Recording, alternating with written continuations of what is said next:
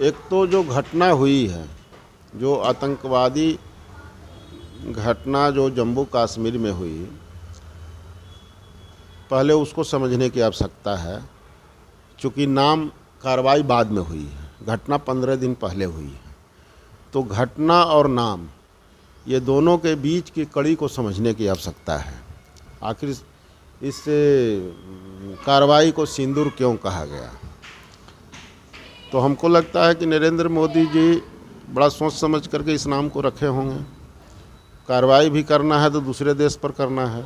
आतंकवादियों का घुसपैठ भी जो है वो दूसरे देश से हो रहा है, और जो घटना हमारे देश में हुई वो बड़ा ही दुर्भाग्यपूर्ण घटना है।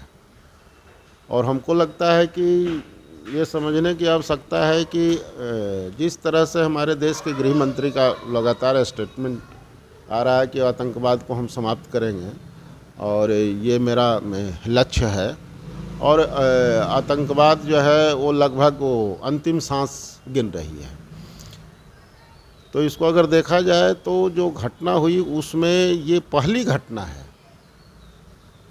आज तक जितने भी आतंकवादी घटना हुई है वो सारे घटनाओं से ये अलग हट करके ये घटना है। धर्म पूछ करके मारना, उसमें भी जो है वो महिलाओं को अलग करके और उसके वो पुरुषों को जो है वो मारना, ये एक जो है अलग घटना, अलग ढंग से ये दर्शाता है। ये सोची समझी जो वो साजिश जो रचा गया, तो हमारे देश के प्रधानमंत्री ने भी जो सोच समझ करके उस सिंदूर को लाज को रखने के लिए, जिसने ये आतंकवादी घटना किया और ये दर्शाया कि हम तुमको ये सिंदूर को पोंछ रहे हैं, तो उस सिंदूर के सम्मान में नरेंद्र मोदी ने ये घटना किया और घुस करके मारा। और ये दिखाने का काम किया गया कि हमारे देश पर कोई भी बुरा दृष्टि डालेगा, हमारे देश के महिलाओं पर जो भी बुरा दृष्टि रखेगा, उसका अंजाम यही होगा और हम उसको मिट्टी में ही मिलाएंगे। कितने आतंकवादी मारे गए हैं सर? कितने आतंकवादी मारे गए ये तो एग्जैक्ट नहीं आया है, लेकिन ये जो घटना हुई है इसमें जो हमारा जो भाग है जो पाकिस्तान के कब्जा में है, वो 5 स्थान वहाँ है और 4 स्थान वो पाकिस्तान में पड़ता है, जो पाकिस्तान का जो अपना भूभाग है। ये आतंकवादियों का जो ट्रेनिंग चलता है वो मेन जो पॉइंट है, वो 5 स्थान जो है वो पीओके जिसको कहते हैं, जो हमारा वो अधिकृत भाग है, उस भाग में जो है वो कुछ आतंकवादी कैंप है और कुछ जो है वो आपको पाकिस्तान में है। सूत्रों के मुताबिक ये पता चला है कि 9 बैंकरों पर हमला किया गया है। नौ बैंकर नहीं है, 9 ट्रेनिंग कैंप है। ट्रेनिंग कैंप कहिए, हाँ कैंप, उसको कैंप कहिए। और उस कैंप में कई ट्रेनिंग कैंप है, वो पार्ट वाइज जो है कई कैंप है। और वहाँ जो ट्रेनिंग होता है तो ट्रेनिंग उसको बैरक कहिए।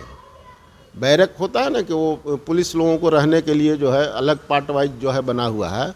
तो ये कई जगह के कैंप तो ये लोग खाली कर चुके थे, क्योंकि जैसा ही ये घटना हुई और प्रधानमंत्री ने कहा कि आतंकवादियों को हम मिट्टी में मिलाएंगे, तो बहुत सारे जो वो कैंप था उसको खाली किया था। लेकिन कुछ कैंप जो सेलेक्ट है जहाँ वो विधिवत ये लोग रहते हैं, वो सब कैंपों को चिन्हित करके और जो खुफिया रिपोर्ट था उस हिसाब से इन लोगों ने हमला किया है। और ये आतंकवादियों का जो मुख्यालय है उस मुख्यालय पर भी हमला हुई है और उसको भी तहस नहस किया गया है, जो अभी मीडिया में आ रहा है। एग्जैक्ट अभी ये घोषणा नहीं हुई है कि हम कितने लोगों को मारे हैं, ये अभी तक जो है वो क्लियर नहीं हो पाया है।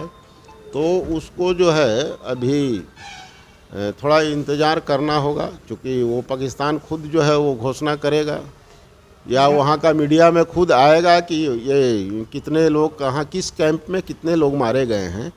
वो अभी साथ दे रहे हैं वहाँ के, उस पर भी हमला किया जाएगा।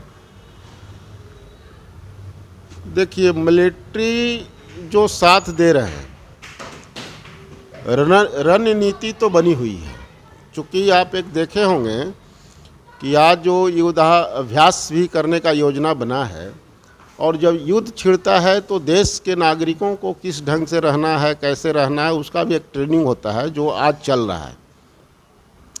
तो इसका मतलब है कि पाकिस्तान का जो मिलिट्री है या ISI उसका जो खुफिया विभाग है, उसने अगर किसी तरह के गुस्ताखी किया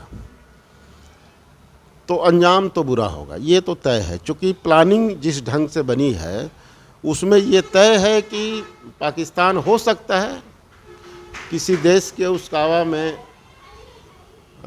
अगर ये वो दुस्साहस अगर कर भी सकता है, गलती से भी अगर एक आध मिसाइल वो चला दिया तो उसका परिणाम बहुत बुरा होने वाला है। ये पाकिस्तान भी समझ रहा है।